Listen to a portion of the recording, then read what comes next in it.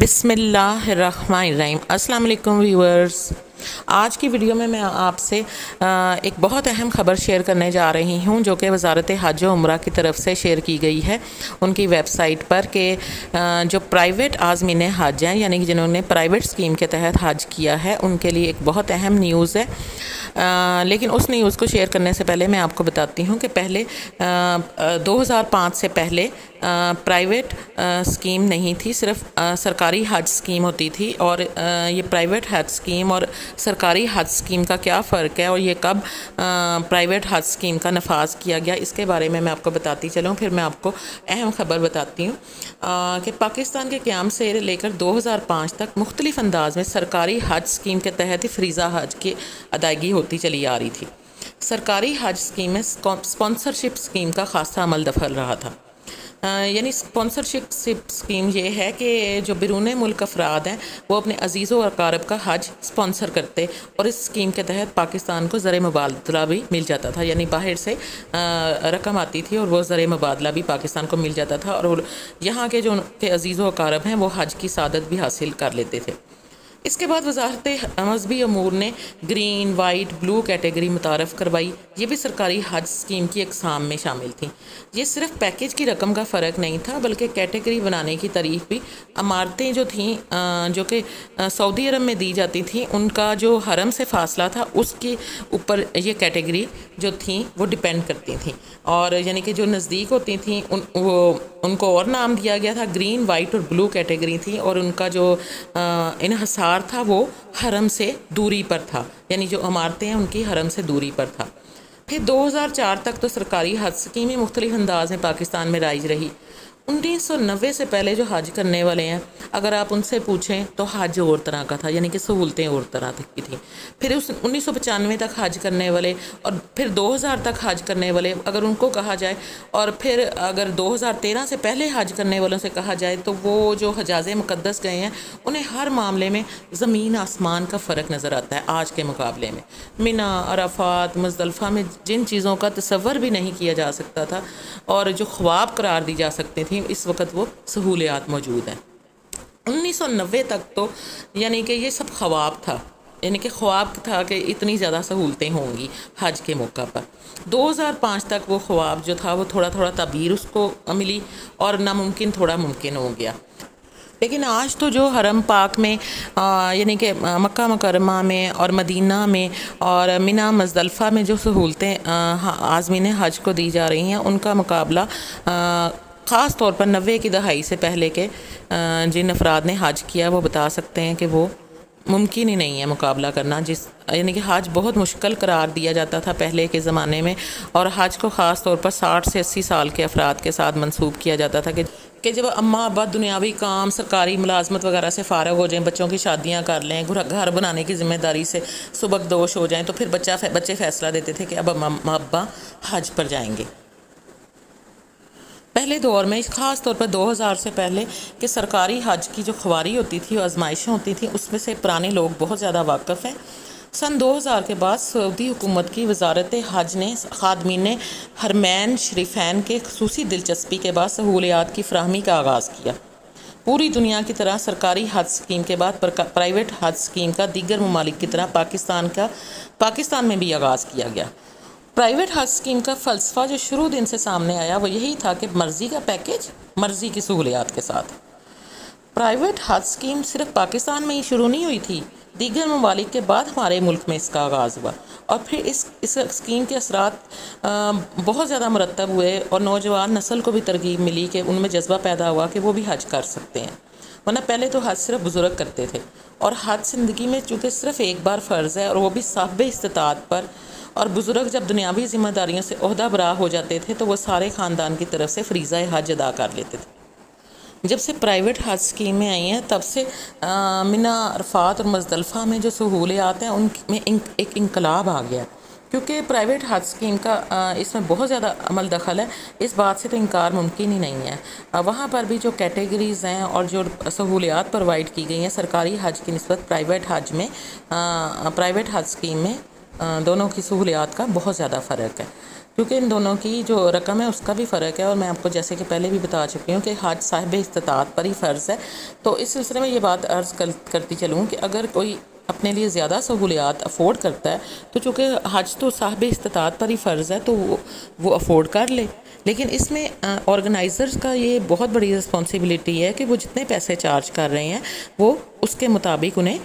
Package بھی فراہم کریں اور ان کی ساری ضروریات کا خیال کریں۔ عام میں سے جو لوگ حج پر تشریف لے جا چکے ہیں انہوں نے دیکھا ہوگا کہ سرکاری اور پرائیویٹ حج میں جو فیسیلیٹیز پرووائڈ کی جاتی ہیں ان میں بہت زیادہ فرق ہوتا ہے۔ حرمین شریفین میں بھی جو پرائیویٹ حج اسکیم ہے اس کے جو حاجی حضرات ہوتے ہیں وہ یعنی کہ حرم پاک کے قریب کی جو عمارتیں ہیں ان میں رہائش پذیر ہوتے ہیں، جبکہ جو سرکاری حج کے عازمین حج ہوتے ہیں وہ عزیزیہ میں رہائش پذیر ہوتے ہیں۔ اسی طرح منی مزدلفہ میں بھی ان کے لیے سہولیات میں بہت فرق ہے، پرائیویٹ اور سرکاری حج اسکیموں کے حجاج کرام کو جو پرووائڈ کی جاتی ہیں، اور خاص طور پہ جو منی میں کیمپس ہیں ان میں فرق ہے۔ پرائیویٹ حج اسکیم کے جو افراد ہیں ان کو بفے دیا جاتا ہے، ان کے لیے بیڈز ہوتے ہیں، جبکہ جو سرکاری حج اسکیم ہے ان کے لیے زمین پر میٹرس بچھے ہوتے ہیں اور ان کو ایک خاص یعنی کہ پیکنگ میں کھانا دیا جاتا ہے، باکس ہوتے ہیں جو کہ کھانے کی ٹرالی آتی ہے اور وہ تقسیم کیے جاتے ہیں ٹینٹس میں، جبکہ جو پرائیویٹ حج اسکیم ہے ان کے لیے بفے لگے ہوتے ہیں۔ اس کے علاوہ یہ ہے کہ وہاں پر ان کا ذرا ڈیکوریشن ہوتی ہے، جیسے ایک ہاؤس ہے اس کے کارپیٹس وغیرہ گرین بچھے ہوئے ہیں نیچے، اور آئرن سٹینڈ ہے، اس طرح کی چیزیں ہوتی ہیں اور صوفاز وغیرہ ہوتے ہیں، جبکہ جو سرکاری حج اسکیم ہے اس میں ایسا کچھ نہیں ہوتا۔ لیکن الحمدللہ مقصود ہمارا یہی ہے کہ حج ہمارا قبول ہو، تو جو سرکاری اسکیمیں ہیں اس میں بھی گورنمنٹ اپنی طرف سے یہ چند سالوں سے بہت زیادہ سہولیات دینے کی کوشش کر رہی ہے، اور اس میں وہ کافی حد تک کامیاب بھی ہے۔ سرکاری اور پرائیویٹ حج اسکیم دونوں وزارت مذہبی امور حکومت پاکستان اور سعودی وزارت حج کے زیر نگرانی ہی ہے۔ مانیٹرنگ کا نظام ہے، سہولیات کی فراہمی کو یقینی بنانے اور کمٹمنٹ پوری کرنے کے لیے اقدامات بھی کیے جاتے ہیں۔ وزارت حج کی ہمیشہ کوشش رہی ہے کہ حج گروپ آرگنائزرز جو ہیں یعنی HGO حجاج کرام سے جو معاہدہ کریں، یعنی جو ان سے کمٹمنٹ ہو یا جو بھی ان سے ایگریمنٹ ہو اس پر پوری طرح وہ عمل درآمد کریں، اور خلاف ورزی کی صورت میں ان کے خلاف یعنی ان آرگنائزیشنز کے خلاف کارروائی کی جاتی ہے۔ لہٰذا پرائیویٹ حج اسکیم کے جو حجاج کرام ہیں ان کو اگر کسی یعنی آرگنائزیشن نے ان کا کے ساتھ جو کمٹمنٹ کی ہے اس کے مطابق سہولتیں نہیں دیں تو ان کے خلاف وزارت حج نے اپنی ویب سائٹ پر ایک سہولت متعارف کروائی ہے کہ اگر آپ ان آرگنائزیشنز کے خلاف شکایت درج کروانا چاہتے ہیں بما سموع، تو آپ 23 اگست 2024 تک اپنی شکایت، اور اگر کوئی ثبوت اس کے ساتھ ہے تو اس کے ساتھ اس آرگنائزیشن جس کے ذریعے آپ پرائیویٹ حج کرنے گئے ہیں یہ آپ شکایت جمع کروا سکتے ہیں، اور یہ شکایت جمع کروانے کی جو لاسٹ ڈیٹ ہے وہ 23 اگست 2024 ہے۔ تو اس سلسلے میں ایک فارم بھی ویب سائٹ پر دیا گیا ہے، یعنی کارکردگی کا فارم جو کہ آپ نے فل کرنا ہے، جس کے ذریعے آپ بتائیں گے کہ پرائیویٹ حج 2024 جو آپ نے کیا ہے اس کا اپنا نام لکھنا ہے، اور وزارت حاضہ کی جو ویب سائٹ ہے اس پر یہ فارم آپ نے ڈاؤن لوڈ کرنا ہے۔ اس فارم پر اپنی رائے اور تجاویز لکھنی ہے اپنے نام کے ساتھ، اور اپنا نام لکھنا ہے، ولدیت لکھنی ہے، پتہ لکھنا ہے، اپنا کانٹیکٹ نمبر لکھنا ہے، اور اپنی شکایت لکھنی ہے۔ اور اگر ایک سے زیادہ یعنی کہ آپ کی شکایتیں ہیں تو پھر الگ الگ آپ نے یعنی کہ زیادہ فارم ڈاؤن لوڈ کرنے ہیں، ایک فارم پہ آپ نے ایک ہی شکایت لکھنی ہے۔ اور یہ اب جو ڈیٹ دی گئی ہے لاسٹ ڈیٹ ہے تو 23 اگست جو 2024، اس سے پہلے آپ نے یہ جو فارم ہے اس کو فل کر کے متعلقہ ایڈریس پر جو کہ وہاں پر دیا گیا ہے، اور میں آپ کو یہ بتا بھی دیتی ہوں، وہ آپ نے وہاں پر پوسٹ کر دینی ہے۔ یہ فارم بھی میں آپ کی آسانی کے لیے یہ آپ کو یعنی کہ اس ویڈیو میں آپ کو نظر آ رہا ہوگا، یہ بھی دیا گیا ہے، اور آپ نے اس طرح ویب سائٹ کھولنی ہے یہ والی جو کہ لنک دیا گیا ہے، اور پھر آپ نے یہ فارم ڈاؤن لوڈ کر کے اس کو آپ نے پرنٹ آؤٹ نکلوانا ہے، اور پھر اس فارم کو آپ نے فل کر کے متعلقہ ایڈریس پر بھیج دینا ہے۔ اور آپ نے جب یہ فارم فل کرنا ہے تو ایک فارم میں آپ نے ایک ہی شکایت لکھنی ہے جو کہ آپ کو درپیش ہے، اور اگر آپ کو ایک سے زیادہ شکایتیں ہیں تو آپ نے دوسرے فارم پر وہ شکایت لکھ دیں۔ یہ ویب سائٹ پر لکھا گیا ہے کہ آپ نے اس طریقے سے اپنی شکایات کا اندراج کرنا ہے علیحدہ علیحدہ فارمز پر. اور جو لاسٹ ڈیٹ ہے اس کے بعد اگر کوئی شکایت آپ نے بھیجی تو وہ قطعاً قابل قبول نہیں ہوگی وزارت خارجہ کی طرف سے، یہ کہا گیا ہے. اب حج کا جو شکایت کا فارم ہے اس کی طرف آتے ہیں. تو سب سے پہلے جو اس میں اپنے حج کمپنی کا نام لکھنا ہے جس کے ذریعے آپ حج کرنے گئے ہیں، پھر اپنا انرولمنٹ نمبر لکھنا ہے اور مکتب نمبر لکھنا ہے اور حج کی درخواست کا نمبر لکھنا ہے. اس کے بعد آپ نے جو مختصر اور طویل یعنی کہ جو جوابات ہیں ان کے جو ہیڈنگز ہیں یہ ہیں، جیسے آپ نے آرگنائزر سے کس دورانیے کا پیکج طے کیا تھا، طویل تھا، مختصر تھا، اور حاجی کے آگے ریمارکس یعنی کہ آپ نے ریمارکس دینے ہیں، اور تحریری معاہدہ تھا یا نہیں تھا، اور حج کی بکنگ پر آپ نے براہ راست اسی آرگنائزر سے کی تھی یا کسی اور ذریعے سے کی تھی، اور کیا کھانا پیکج کے مطابق مہیا کیا گیا تھا، اور کیا جو رہائش تھی وہ بھی پیکج کے مطابق تھی مدینہ اور مکہ میں، اور کیا پیکج میں عزیزیہ شامل تھا، اور کیا عزیزیہ میں جو 5 ذی الحج سے پہلے اور 15 ذی الحج کے بعد نماز کے لیے ٹرانسپورٹ مہیا کی گئی تھی یا نہیں کی گئی تھی. اسی طرح ڈیفرنٹ کویسچنز ہیں جن کی تعداد تقریباً 20 ہے. ان کا آپ نے جواب دینا ہے ہاں یا نہیں میں، اور اطمینان بخش ہے یا طویل ہے یا مختصر ہے، یا پھر آگے آپ نے اپنے ریمارکس لکھنے ہیں.